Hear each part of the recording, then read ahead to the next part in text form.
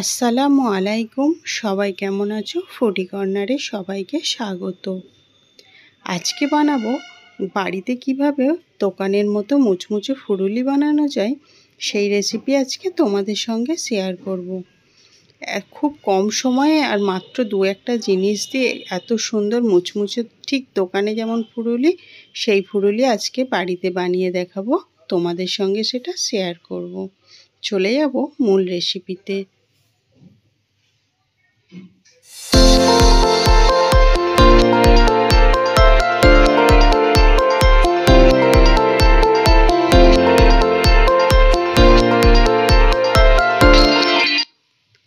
আমি এখানেই প্রথমে দেখো 1 কাপ বেসন নিয়ে নিলাম, মানে 240 ml এর মতো। আমি এখানে গণেশের বেসনটা ইউজ করেছি।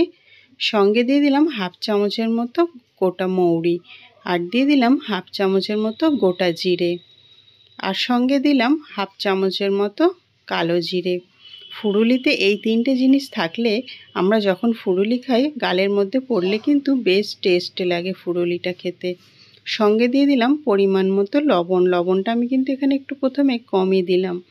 আর একটা কাঁচা লঙ্কাকে এইভাবে কুচি কুচি করে কেটে দিয়ে দিলাম।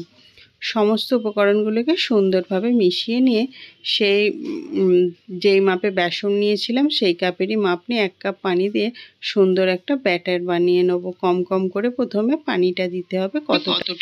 মাখানোটা কিন্তু খুব সুন্দরভাবে করতে হবে, আর ব্যাটারটা একটা ঘন ব্যাটার রেডি করতে হবে।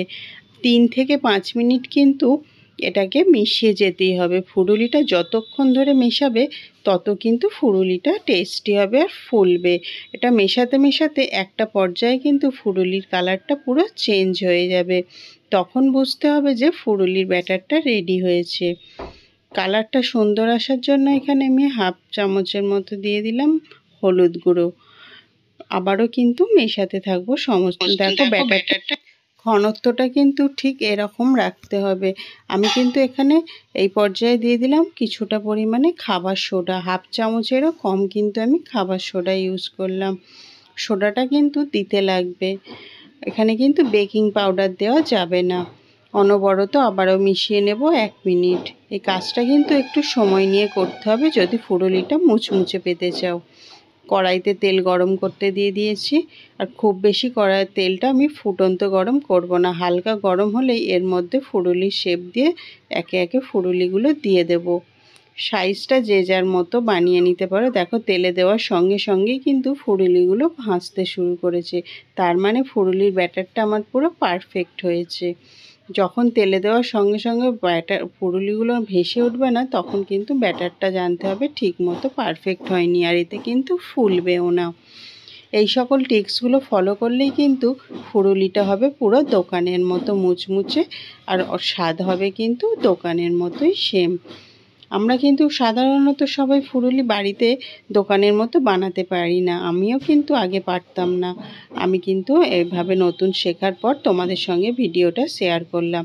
আর দেখো একটা সাইড হতে কিন্তু অন্য সাইডগুলো আপনা হতেই উল্টে যাচ্ছে। আমি বেশি দিয়ে ফেলেছি তাই কিন্তু উল্টাতে অসুবিধে হচ্ছে, কিন্তু এটা যদি তেলের মধ্যে কম দেওয়া হতো তাহলে কিন্তু আপনা হতেই এগুলো উল্টে যেত। আর কত সুন্দর এক কালার আসছে বুঝতে পারছো।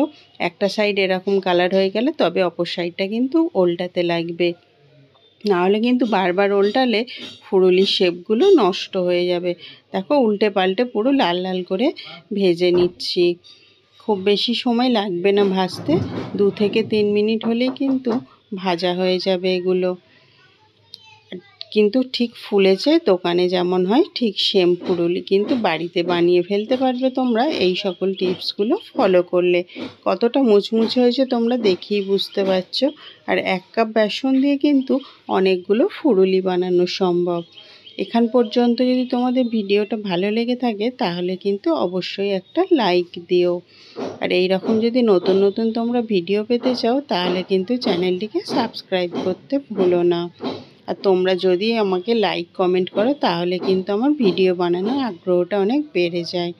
কতটা নরম আর কতটা সফট হয়েছে দেখো।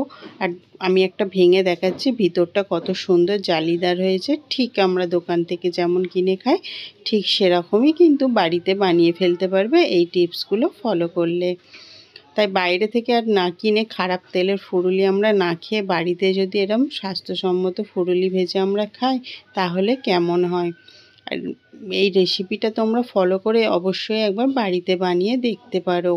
অবশ্যই কিন্তু তোমাদের বাড়ির সকলেরও খুব পছন্দ হবে। তো আজকের ভিডিওটা কেমন লাগলো তোমরা অবশ্যই কমেন্ট বক্সে জানিও। আর এরকম যদি নতুন নতুন তোমরা ভিডিও পেতে চাও তাহলে কিন্তু চ্যানেলটিকে সাবস্ক্রাইব করতে ভুলো না। আর তোমরা যদি কোনো রেসিপি নতুনভাবে দেখতে চাও তাহলে কিন্তু আমাকে কমেন্টে জানিও, আমি অবশ্যই তোমাদেরকে বানিয়ে দেখানোর চেষ্টা করব। আর এরকম মুচমুচে ফুরুলি কিন্তু তোমরা বাড়িতে অবশ্যই একবার বানিয়ে দেখতে পারো। আল্লাহ হাফেজ।